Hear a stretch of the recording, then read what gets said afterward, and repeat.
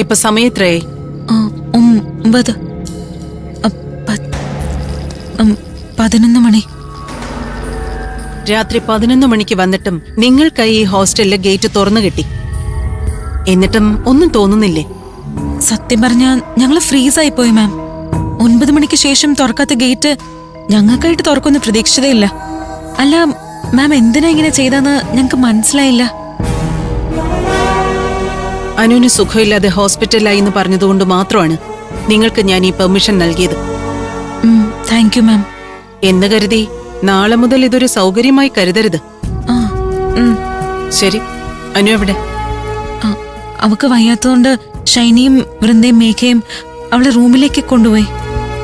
ഇവിടുന്ന് പോയപ്പോ അവക്ക് കുഴപ്പമൊന്നും ഇല്ലായിരുന്നു എന്നാണല്ലോ തോന്നിയത്. പിന്നെന്താ പെട്ടെന്ന് ഇങ്ങനെയൊക്കെ സംഭവിച്ചത്? ഡോക്ടർ എന്തു പറഞ്ഞു? ഡീഹൈഡ്രേഷൻ മൂലം ഉണ്ടായ പ്രശ്നമാ മാം. വേറെ പ്രശ്നമൊന്നുമില്ല. ഇനി റെസ്റ്റ് എടുത്താൽ മാറിക്കോളും. അനുവിന്റെ അമ്മയെ അറിയിക്കണ്ടേ? അയ്യോ വേണ്ട മാം, വേണ്ട, അറിയിക്കണ്ട. അതെന്താ? അത് മാം, ഞങ്ങൾ അവളുടെ അമ്മയെ അറിയിക്കാൻ തുടങ്ങിയതാ. പക്ഷെ അനു സമ്മതിച്ചില്ല, അതുകൊണ്ടാ അറിയിക്കാതിരുന്നത്. ഓക്കെ, വേറെ പ്രശ്നമൊന്നുമില്ലല്ലോ? അപ്പൊ അവള് റെസ്റ്റ് എടുക്കട്ടെ. ഞാൻ നാളെ രാവിലെ വന്ന് അവളെ കണ്ടോളാം. കിരൺ പൊയ്ക്കോളൂ. Good night. ഗുഡ് നൈറ്റ് മാം.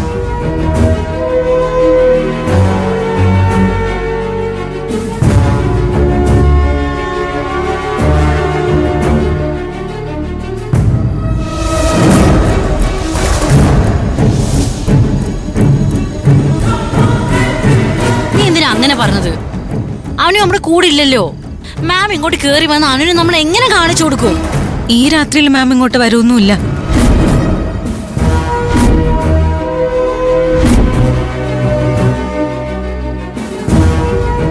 നാളെ മോർണിംഗ് ഉറപ്പായിട്ടും അനുവിന്റെ അസുഖ വിവരം അറിയാൻ മാം ഇങ്ങോട്ട് വരും. ഞാൻ പിന്നെ എന്ത് പറയണമായിരുന്നു? അനുവിനെ ഹോസ്പിറ്റലിൽ അഡ്മിറ്റ് ചെയ്തെന്ന് പറഞ്ഞിരുന്നെങ്കിൽ അത് വേറെ പ്രശ്നമായേനെ. ഇവിടെ ഇല്ലാത്ത അനു ഉണ്ടെന്നാ മാമിനോട് നീ പറഞ്ഞിരിക്കുന്നത്.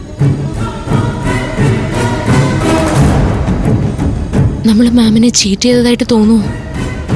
അനു വയ്യാതെ ഹോസ്പിറ്റലാണെന്ന് നീയല്ലേ മാമിനോട് പറഞ്ഞത്? ആ സമയത്ത് മാമിനോട് വേറെ എന്ത് പറയാനാ? അത് തന്നെയായിരുന്നു എന്റെ അവസ്ഥ. എന്തായാലും നാളത്തെ കാര്യമല്ലേ, അതിന് ഇന്ന് മുഴുവനും ഉറക്കം ഒഴിഞ്ഞിരുന്ന് ചിന്തിക്കേണ്ട കാര്യമൊന്നുമില്ല. നിങ്ങൾ കിടന്ന് ഉറങ്ങാൻ നോക്ക്. ശോ,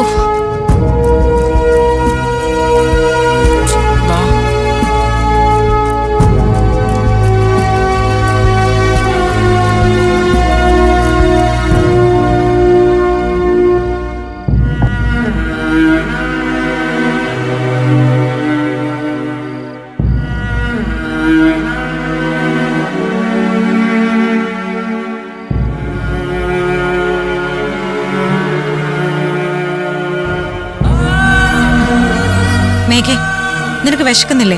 നീ എന്തെങ്കിലും എടുത്ത് കഴിക്ക്. എനിക്കൊന്നും വേണ്ട. എന്ത് കഴിച്ചാലും ഇപ്പന്റെ തൊണ്ടയിൽ ഒന്നും ഇറങ്ങില്ല. അനു ആരവും എന്തെങ്കിലും കഴിച്ചോന്ന് ആർക്കറിയാം? രുദ്രന്റെ കയ്യിൽ അനു അകപ്പെട്ടു എന്നറിഞ്ഞപ്പോ എനിക്കുണ്ടായ ഷോക്ക് ഇതുവരെ വിട്ടുമാറിയിട്ടില്ല. ഇന്ന് രാത്രി അനു ആരവും സുരക്ഷിതരായിരിക്കുമോ? രുദ്രനെ ഹോസ്പിറ്റലിൽ കൊണ്ടുപോയെന്നല്ലേ അയാൾ പറഞ്ഞത്. അപ്പോ രുദ്രന്റെ അറ്റാക്ക് ഉണ്ടാവില്ല. പോലീസിന്റെ കാര്യത്തിലാ എന്റെ ടെൻഷൻ. രാത്രി സമയങ്ങളിൽ പോലീസ് പെട്രോളിംഗ് സ്ട്രോങ് ആയിരിക്കും. നിങ്ങൾ ഈ ടോപ്പിക് ഒന്ന് നിർത്തുന്നുണ്ടോ? എനിക്കിത് കേട്ടിട്ട് തലയ്ക്ക് ഭ്രാന്ത് വരുന്നു. എല്ലാരും ഒന്ന് കിടന്ന് ഉറങ്ങാൻ നോക്ക്. കിടക്ക്.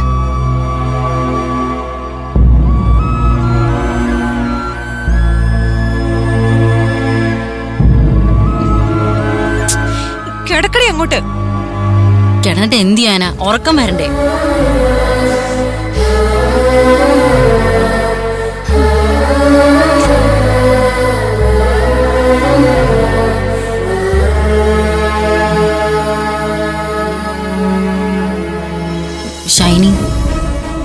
എന്താടി?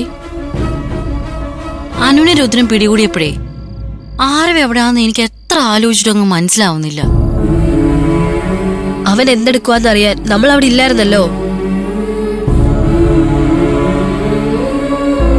വൃന്ദേ, രുദ്രന്റെ പിടിയിൽപ്പെട്ട ശേഷം അനു ആരവ് ഒന്നിച്ചു തന്നെയാണോ പോയത്? ഒരു പിടിയും കിട്ടുന്നില്ലല്ലോ. രാത്രി ആയതുകൊണ്ട് രണ്ടുപേരും ഇങ്ങോട്ട് തിരിച്ചു വരുമോ വൃന്ദേ? ഷൈനി, നിങ്ങൾ ആരെങ്കിലും എന്തെങ്കിലും ഒന്ന് പറ. നിനക്ക് എന്താടി അറിയണ്ടേ? അവരെ കുറിച്ച് അറിയാതെ നിനക്ക് ഉറക്കം വരുന്നില്ലെങ്കിലേ നീ പുറത്തിറങ്ങി പോയി അന്വേഷിച്ചിട്ട് വാ. ഞാൻ മനസ്സിനൊരു സമാധാനത്തിന് വേണ്ടി ചോദിച്ചതല്ലേ. ഇവിടെ മനസമാധാനം തകർന്നിരിക്കുമ്പോഴാ അവളുടെ ഒരു ചോദ്യം. വായടച്ച് കിടന്ന് ഉറങ്ങടി. നീ എന്തിനാ ഇപ്പൊ എന്നോട് ദേഷ്യപ്പെടുന്നേ? നാളെ രാവിലെ മാം ഇവിടെ വന്ന് നോക്കുമ്പോഴേ നിന്റെ ദേഷ്യം ഇതുപോലെ കാണണം. കിടന്നുറങ്ങടി. സങ്കടം വന്നിട്ട് എനിക്ക് ഉറങ്ങാൻ പറ്റുന്നില്ല. പോടി. വൃന്ദേ, ഞാൻ ലൈറ്റ് ഒന്ന് ഓഫ് ചെയ്തേ.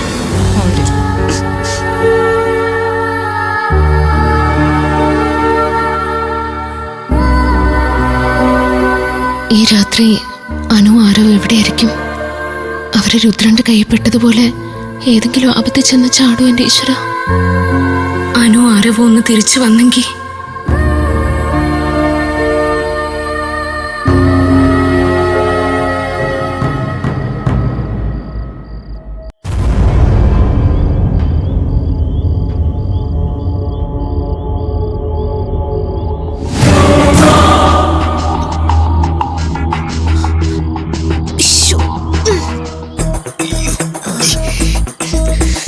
അനു, ഒന്ന് വേഗം ചാട്. സിറ്റുവേഷൻ നോക്കട്ടെ. സിറ്റുവേഷൻ നോക്കി എന്റെ പുറം ചവിട്ടി പൊളിക്കാതെ ഒന്ന് വേഗം ചാടനു. അമ്പിളി ചേച്ചി എവിടെ നോക്കട്ടെ.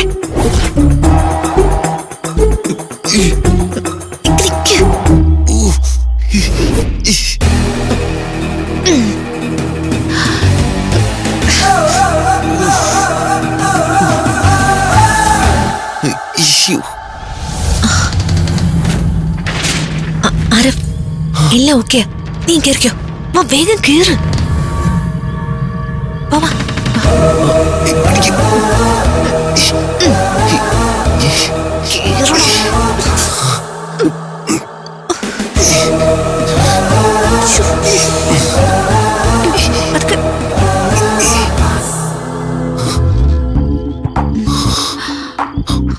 ഉറപ്പല്ലേ? ഓക്കെ.